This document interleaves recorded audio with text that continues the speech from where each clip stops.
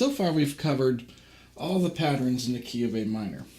Okay, and you might be thinking, well, what about other keys like B minor and G minor and all that kind of stuff? Well, fortunately for us, the same patterns we learned for A minor can be found for the other keys, but they're in just different locations. So what we do is we transpose or transfer those patterns to another key. Let me give you an example of how this works. Okay, here is the second scale for A minor.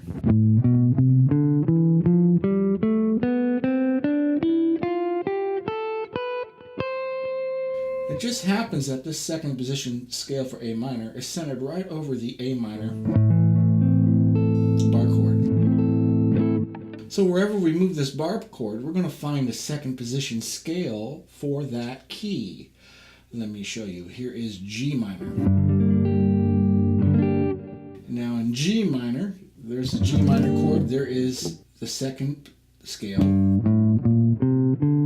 for the key of G minor.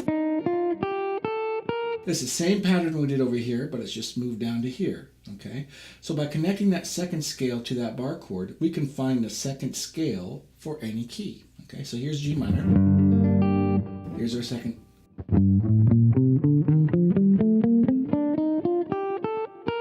Remember in earlier videos, I showed you how to connect the scales together. Okay, so that was the second. Here is where the third position starts. They all connect the same way.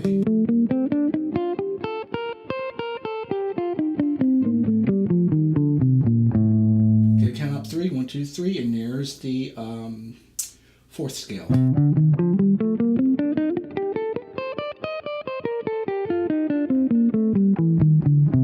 Okay, count up 2, 1, 2, and here's the fifth scale. And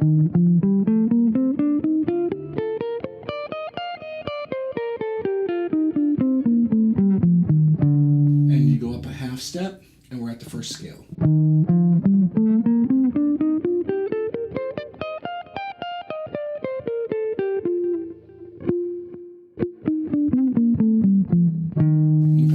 So this is the key of G minor. So you see how these scales slide around. So in the looper, I've inserted some backing tracks, and this first one is in the key of G minor.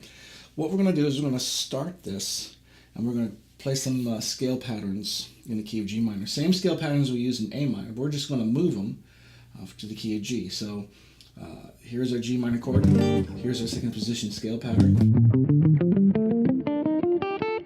Now let's start the backing track and see how this fits.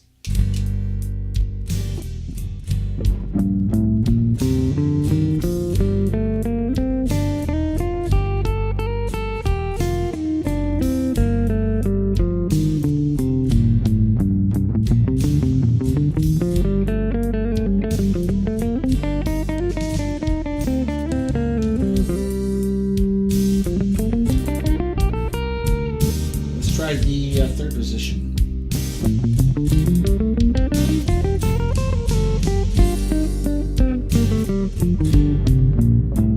That's the third scale.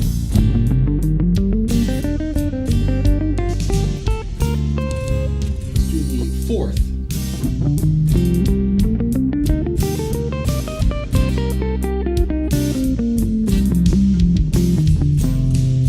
Try the fifth.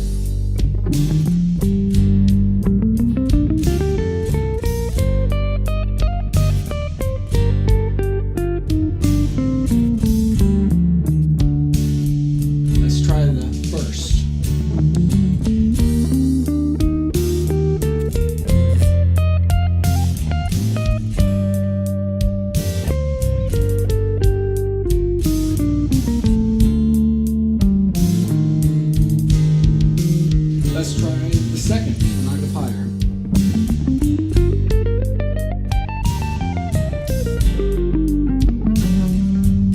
And the third would be here, etc. So you get the idea. You can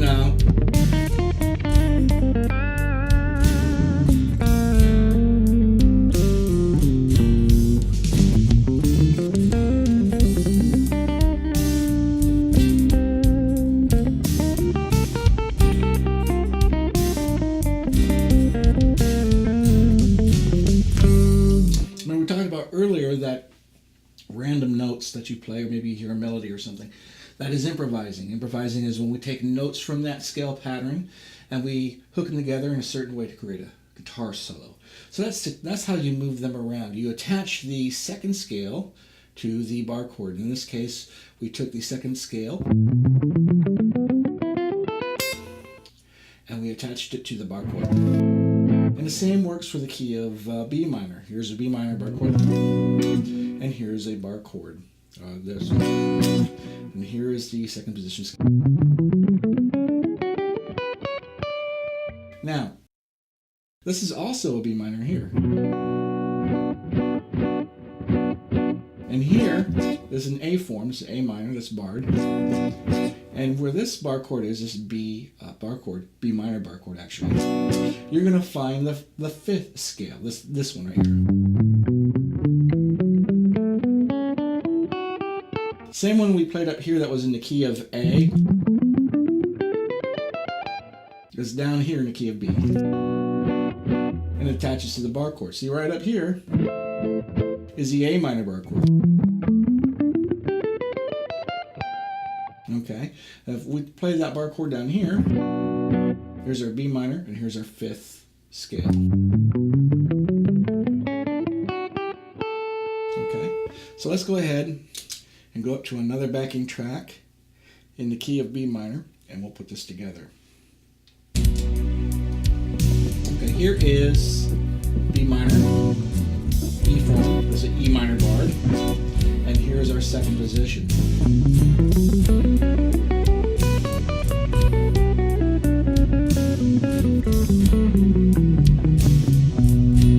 Okay, that's our second scale. Here's another B minor, and here is our fifth scale.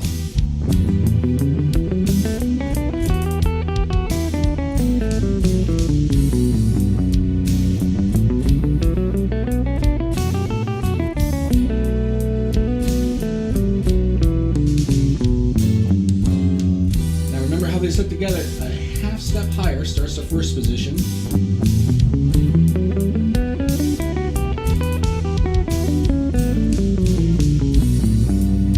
4 frets higher starts the second scale.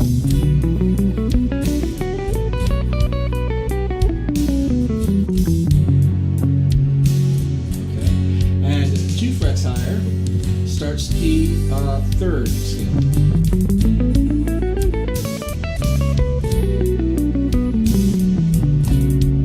3 frets higher starts the fourth scale.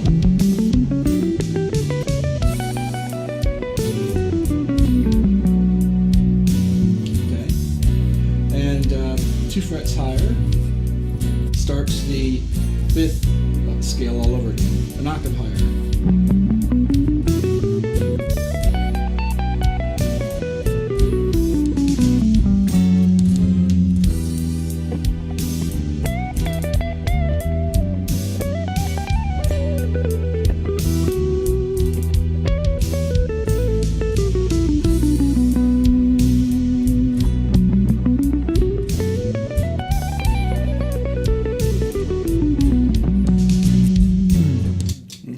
So, you see how this works with all these scale patterns. They're the same 5 scale patterns, and they work in all the minor keys. You don't have to learn different scale patterns for every minor key there is. You use the same 5 scale patterns we learned in the key of A minor, and we move that around. So this will save you a lot of time, because you don't have to, all you got to figure out is how to move them around and how they hook together. Remember a few videos back I showed you how to hook them together. If you know how to hook them together and how to move them around, you can play in any minor key the same 5 patterns. I'm going to show you some other things about soloing and making your own solos and improvising. But what we need to do now is get a grasp on how to move the scales around in different keys before we get started with that. There's a lot of confusion in that, and people make it a lot harder than it really needs to be. It's really simple. You learn the first 5 patterns in A, like we started out with, and you learn how to move those around by attaching them to the bar chords for that key. So in this case, here's the A minor chord. So the second scale is attached to the A minor E form chord. Here's the A minor chord, A form, and the fifth scale is attached to the A minor in the fifth form. And that's really all there is to it. It's really not that hard. Now, if you are watching this video and you're starting off watching this video, you're going, okay, what? I don't get anything. Well, we've covered a lot in the previous videos, so what you're going to have to do is go back to the previous videos and see the information we've covered there. And you can go to the website and print off the scale charts and learn the scales. Commit them to memory if you don't know them quite yet. And now we'll learn some more scale patterns. We're going to learn how to transpose into other keys. We're going to explore this further in the next video.